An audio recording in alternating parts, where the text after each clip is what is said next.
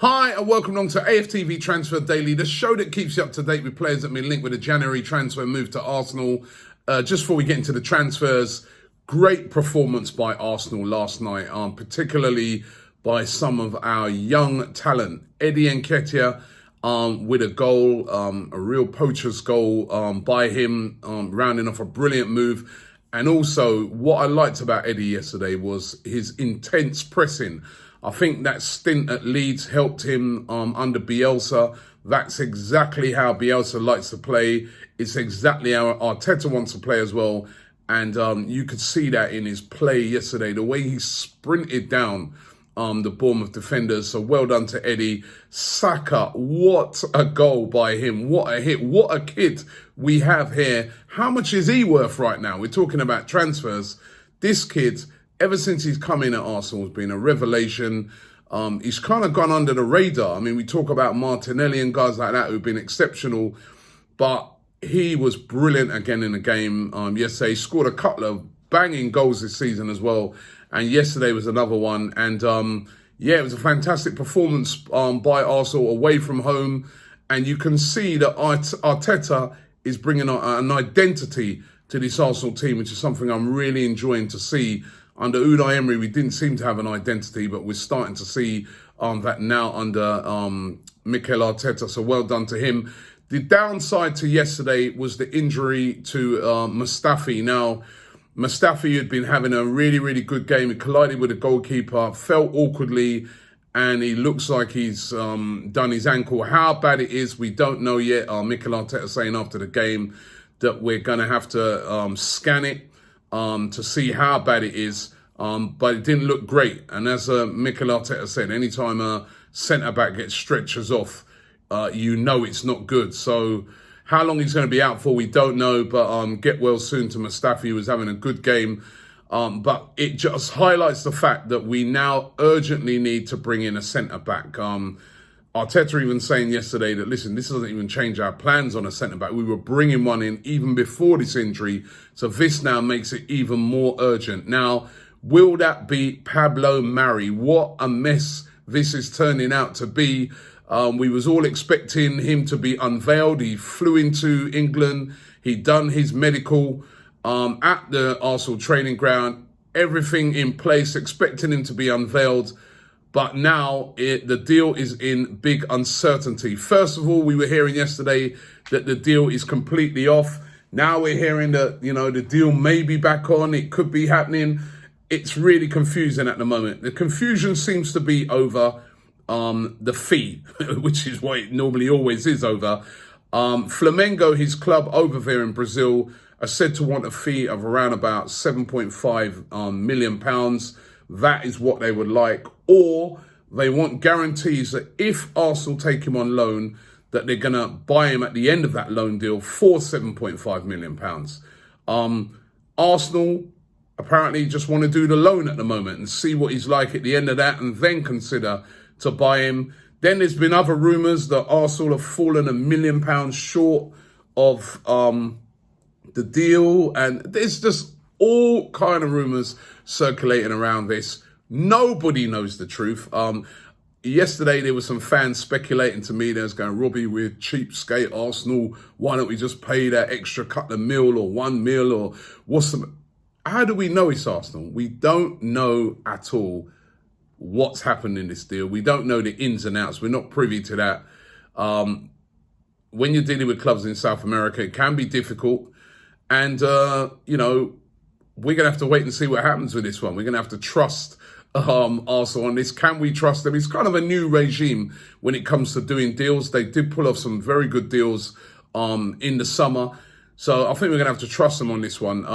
As I said, nobody knows for sure what the problem is with this deal, whether it's Arsenal's fault or whether it's Flamengo moving the goalposts on a deal that was originally done. Because certainly it seems strange to bring a player all the way over from Brazil to come and do a medical only for, it to be in this kind of mess. I still think the deal will get done. Pablo Mar apparently is very, very keen on the move. As a matter of fact, desperate to move, especially now that he's come over to England, to the training ground, met Arteta. He wants the move to happen, and I fully expect it still to go through.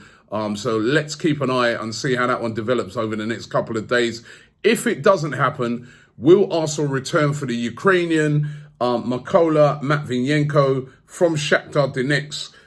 We've spoken extensively about the 23-year-old. Again, we need a centre-back. We're desperate for a centre-back. Arsenal were rumoured to originally offer a loan deal worth around £4.5 million for Matviyenko. There's no real news yet from Shakhtar. It does look like Shakhtar would like to keep hold of him until the end of the season at least. But could Arsenal return back for him if the Pablo Mar deal falls through? As I said, we're so short in that area now, especially if Mustafi's going to be out. That just leaves David Luiz, Socrates and Rob Holding. Holding coming back off of a long-term injury. David Luiz could easily be suspended again. We know he can be very rash. And Socrates, remember, just returning from an injury. We're very light in that area. We definitely need to get a centre-back in. Now, Arsenal over the past few days have been linked with Emery Chan of Juventus, former Liverpool player, of course.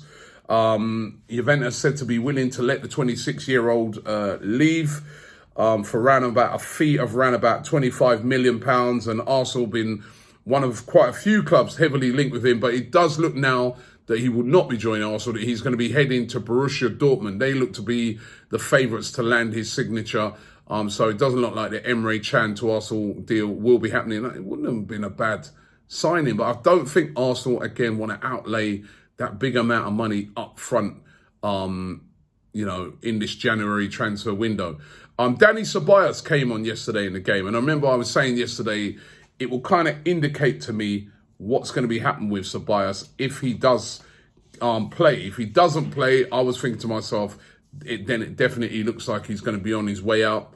But he did play, even though it wasn't the whole game. And for me, that kind of indicates that Arsenal are looking to keep him. Real Madrid was said to be not willing to let him go to Valencia. Valencia was said to be very keen to take him on loan for the rest of the season. But it does look like Dani Ceballos will be staying. And he looked quite lively when he came on yesterday as well. He looked hungry. That's going to be one of the things. If we do keep him, he's going to be hungry to do well ahead of the Euros. And I still think there's a top player in there. So Ceballos looks like he's back in the Arsenal fold. The Thomas Lamar rumours continue today. Arsenal said to be the favourites to sign Lamar before transfer deadline day. Again, it's been a loan that is being talked about for Thomas Lamar. Lamar, who, of course, can play on either wing. There's even suggestions he could play in that midfield area. Again, as I said yesterday, would that stunt the growth of a Saka, of a Martinelli?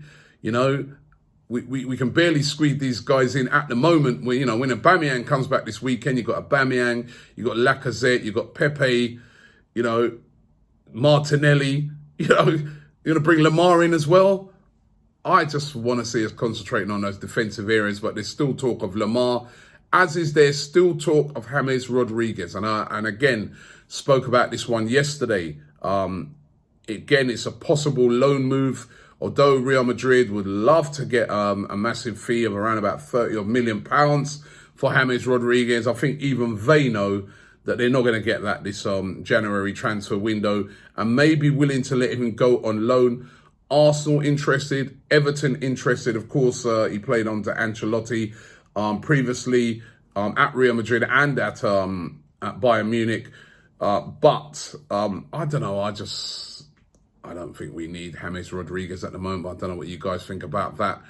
And Pierre-Emerick Aubameyang. Now, the rumours still persist about Barcelona. Barcelona, of course, who are missing Luis Suarez. Luis Suarez out with an injury. Ruled out for quite a while, and they're keen to bring in a top striker. Of course, if you want a top striker, you can't go wrong with Pierre-Emerick Aubameyang. He's going to guarantee you goals. Imagine him in that Barcelona side behind Messi and that. He'd scored lots of goals there. And there's been lots of rumours circulating that he could be on his way to Barcelona this January transfer window. However, Mikel Arteta, he was asked about this yesterday, and straight away he just shut it down and said, listen, Aubameyang's not going anywhere in January. He's not leaving the club. We've said this before. Why we have to keep going on about this? Does look like they've been trying to put on pressure over there in Barcelona. Well, the Spanish press, maybe not Barcelona itself. There's been talks of Barcelona officials flying in to see Aubameyang, etc. But it does look like Pierre-Emerick Aubameyang will definitely be staying with Arsenal and will not be going anywhere. And that makes perfect sense to me. So the rumours are hotting up. The big one is Marí. Will that one get done? That's the one we're going to watch with real interest over the next couple of days. Thanks for watching the show today. Keep it locked here every day, right down till deadline day on Friday, when hopefully we'll be bringing in a couple of players.